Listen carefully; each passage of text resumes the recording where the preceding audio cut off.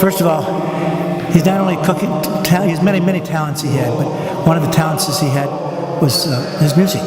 He loved to sing. And he always told me, he says, you know, they say you're tone deaf, but you can sing anyway. He always lifted your spirits. Just admire Paul for the wonderful talents he's had in serving the church in many different ways. In his preaching, his teaching, just his teaching of working with the people.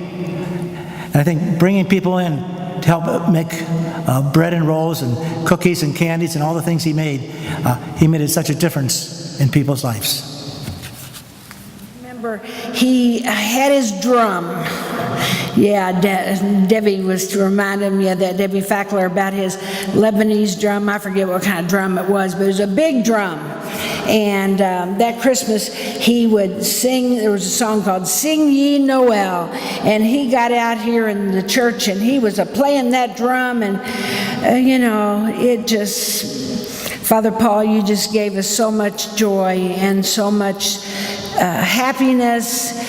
The other thing is, most recently, we went up to the Feast of the Assumption, and Father Paul was having Mass inside, and for the people that couldn't walk all the way up to say the Rosary that night, and we got to go in there, and we were at his Mass, and it was so beautiful. And I was glad I couldn't walk that night, because we got to have Mass with Father Paul, and it was so beautiful. And I know the people are going to dearly miss him up there, because we met so many that said that they work with him. And they said, boy, he could really get you started. And so I'm sure they're going to miss them. So we'll be praying for those up at Cary. Thank you for letting me share. Father Paul has been a friend of the family for quite a while, and I have just one thing to say. I know he is jumping for joy, because up there in heaven he said, I made it.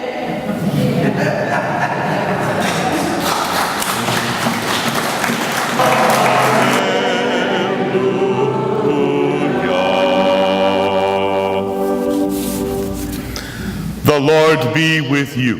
And with your spirit. A proclamation of the good news of Jesus according to John.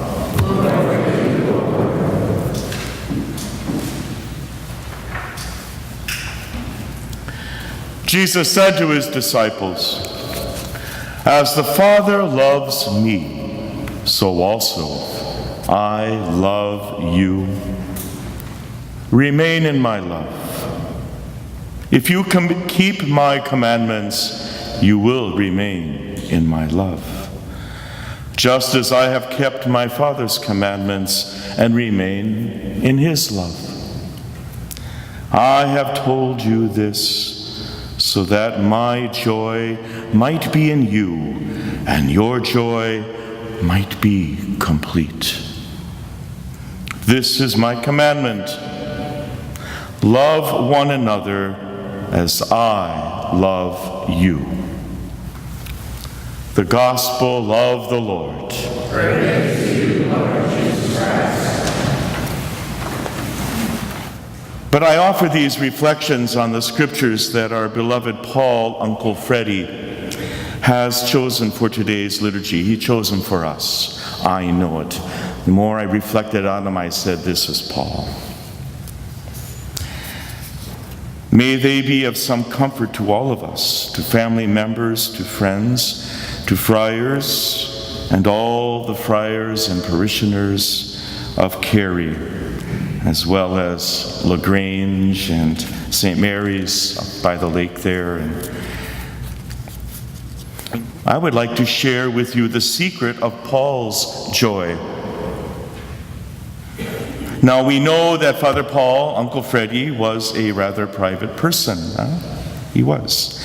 And he guarded many secrets, especially the family recipes, right? Oh, yes. Oh, yes. What goes into that? What goes into this or that? And even though he had you working in the kitchen, he wouldn't share you the actual secrets. In John 15, Jesus shares with us the secret of his joy. As the Father has loved me, so I love you. Live on in my joy and make my joy complete. It's a commandment. Make my joy complete. Father Paul would want us to live on in this love. This is what will make him continually bounce on his feet in paradise. When he would talk, sometimes he'd fall back on the communion rail there in Cary. And the hundreds of people and the families that he consoled at their funerals, and giving them a message of encouragement and joy, and not to lose heart. And he would not want us to do that at all. He would want us to live on in that love. As Paul was preparing himself for sister death, then, and having that grace moment there with him, and placing his life into God's hands, I studied his beautiful big hands.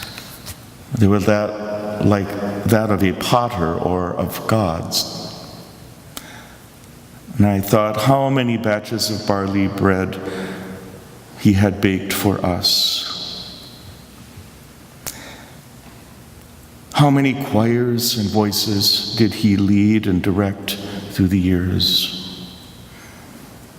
How many pilgrims and wandering souls did he welcome with them, especially war refugees from the Middle East? How many hurting and broken lives had he comforted with them?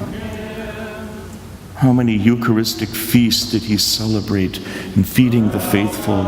And how many thousands on the hillsides did he feed?